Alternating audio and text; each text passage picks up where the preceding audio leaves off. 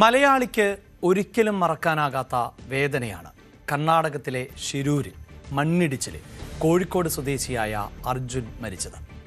ആഴ്ചകളോളം നീണ്ട തിരച്ചിലിന് ഒടുവിലായിരുന്നു കർണാടക ഗോവ അതിർത്തിക്ക് അടുത്തുള്ള കാർവാറിന് സമീപം ഗംഗാവതി പുഴയിൽ നിന്ന് അർജുൻ്റെ മൃതദേഹം കണ്ടെടുത്തത്. ന്യൂസ് 18 ആയിരുന്നു അർജുനു വേണ്ടിയുള്ള തെരച്ചിലിൽ സമഗ്രമായി റിപ്പോർട്ട് ചെയ്തത്.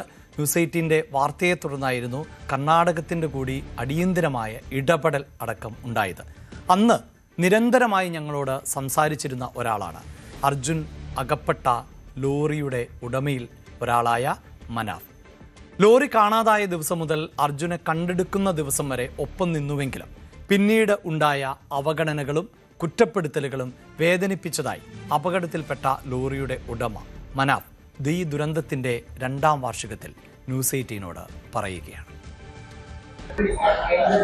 കേരളം ഒരു മനസ്സോടെ പങ്കെടുത്ത ദൗത്യമാണ് ഷിരൂരിൽ നടന്നത്. കോഴിക്കോടുകാരനായ മലയാളിയായ അർജുന് വേണ്ടിയുള്ള സമാനതകളില്ലാത്ത തെരച്ചിലിന് സാക്ഷ്യം വഹിച്ച കാലമാണ് കടന്നു പോകുന്നത്.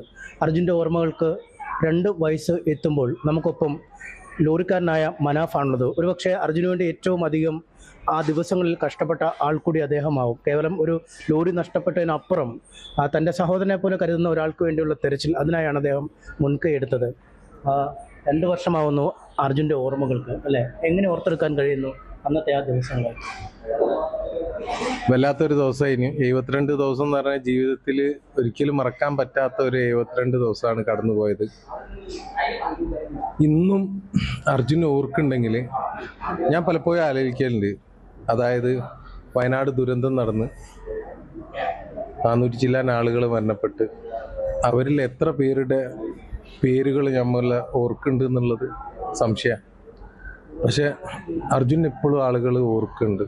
അതൊരു വൈകാരികമായിട്ട് മലയാളികളെ സംബന്ധിച്ചിടത്തോളം ഒരു വൈകാരിക ഒരു സംഭവം തന്നെയാണ്. 2024 മുതൽക്കുള്ള ഈ കേരളത്തിൽ ജീവിച്ച എല്ലാ മനുഷ്യരും അർജുനെ ഓർക്കുന്നുണ്ട്. അതന്നെ ഒരു പ്രധാനപ്പെട്ട കാര്യമാണ്. പിന്നെ അത് മാത്രമല്ല, ഒരു കേരളത്തിൽ ഇതിന് മുമ്പ് ഇങ്ങനെ ഒരു സംഭവം ഉണ്ടായിക്കണമെന്ന് അറിയില്ല. മലയാളികൾ ഒറ്റക്കെട്ടായി അന്യ സംസ്ഥാനത്ത് അവിടുത്തെ കാലാവസ്ഥനെ വെല്ലുവിളിച്ച്, അവിടുത്തെ ഭരണകൂടത്തെ വെല്ലുവിളിച്ച്, അവിടുത്തെ സിസ്റ്റത്തിനെ വെല്ലുവിളിച്ചിട്ട് കേരളത്തിൻ്റെ ഒരു മലയാളിയായ ഒരു സാധാരണ മനുഷ്യനെ കൊണ്ടുവരാൻ ഒറ്റക്കെട്ടായിട്ട് പ്രയത്നിച്ചതിൻ്റെ ഓർമ്മ ദിവസം കൂടിയാണ് ഇന്ന്. തീർച്ചയായിട്ടും മനാഫ് സൂചിപ്പിക്കുന്ന പോലെ തന്നെ ഒരു വലിയ പോരാട്ടം തന്നെയായിരുന്നു. കാരണം ഒരു വ്യക്തിക്ക് വേണ്ടി അയാൾക്ക് എന്ത് സംഭവിച്ചു, തീർച്ചയായും അപകടം കഴിഞ്ഞ് ദിവസങ്ങൾ പിന്നിട്ട ശേഷം ജീവനോടെ തിരികെ ലഭിക്കില്ല എന്നുറപ്പുള്ള ഒന്നായിരുന്നു. എങ്കിൽ പോലും വലിയ തെരച്ചിൽ ആണ് നടന്നത്. ദിവസങ്ങൾ നീണ്ട തെരച്ചിൽ. അതിനൊടുവിലാണ് അർജുനെ കണ്ടെത്താൻ സാധിച്ചത്. അന്ന് നിരന്തരമായി വാർത്ത റിപ്പോർട്ട് ചെയ്തിരുന്നു ന്യൂസ് 18. ഞങ്ങളുടെ പ്രതിനിധി KV ബൈജു തന്നെയായിരുന്നു ആ അപകട സ്ഥലത്ത് ദിവസങ്ങളോളം ഉണ്ടായിരുന്നത്. ഒരുപക്ഷെ ന്യൂസ് 18 നെറ്റ്വർക്ക്, ഞങ്ങളുടെ ന്യൂസ് 18 കർണാടക ടെലിവിഷൻ ഉൾപ്പെടെ ആ വാർത്തകൾ ഗൗരവത്തോടെ കൈകാര്യം ചെയ്തിരുന്നു. അതുകൊണ്ട് തന്നെ ഭരണകൂടത്തിൻ്റെ ഭാഗത്ത് നിന്ന് സജീവമായി ഇടപെടലും ഉണ്ടായിരുന്നു. പിന്നീടാണ് ദേശീയ മാധ്യമങ്ങളടക്കം ആ വാർത്തയെ ഏറ്റുപിടിച്ചത്. ബൈജു, ഒരു മരണ വാർത്തയാണ്, നമ്മൾ അത് ഓർക്കാൻ ആഗ്രഹിക്കുന്ന ഒന്നല്ല. എങ്കിൽ പോലും അതൊരു സന്ദേശം കൂടിയായിരുന്നു, മലയാളിയുടെ ഐക്യത്തിൻ്റെ, ഒരുമയുടെ സന്ദേശം. അതിനെ എങ്ങനെയാണ് ഓർത്തെടുക്കാൻ പറ്റുക?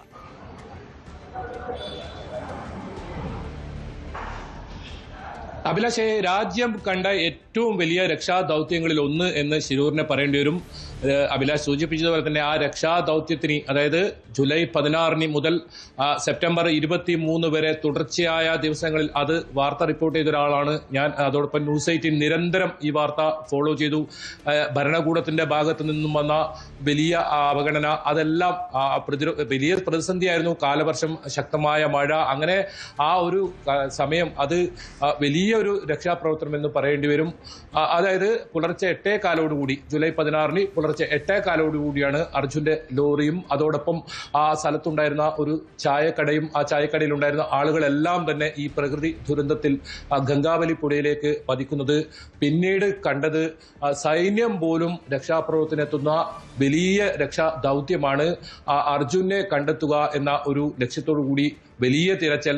അതിൽ പല ആളുകളും നമുക്ക് ഈ ഘട്ടത്തിൽ ഓർക്കേണ്ടി വരും. അതിൽ പ്രധാനമായും അന്നത്തെ കാർവാർ MLA ആയ സതീഷ് സെയിൽ, ഒപ്പം മഞ്ചേശ്വരം MLA AK അഷ്റഫ്, കേരളത്തിൽ നിന്നുള്ള നിരവധി മന്ത്രിമാർ ഉൾപ്പെടെയുള്ള ആളുകൾ, അങ്ങനെ വലിയ ഇടപെടൽ ഓരോ ഘട്ടങ്ങളിലും കർണാടക സർക്കാരിന്റെ ഭാഗത്തു നിന്നും ഏതെങ്കിലും തരത്തിൽ ഒരു വീഴ്ച അല്ലെങ്കിൽ ഒരു അവഗണന ഉണ്ടാകുമ്പോൾ ശക്തമായി അതിനെതിരെ അല്ലെങ്കിൽ അതിന് ഈ ഒരു രക്ഷാദൗത്യത്തിന് മുന്നിൽ നിന്ന ഒരു ചാനലാണ് ന്യൂസ് 18-നും.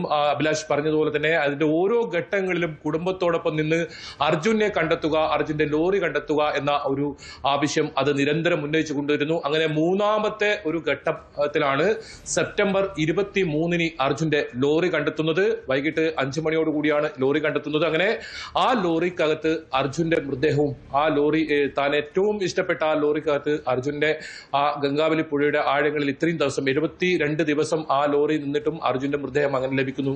എന്തായാലും വീട്ടുകാരെ സംബന്ധിച്ചിടത്തോളം നീണ്ട കാത്തിരിപ്പായിരുന്നു.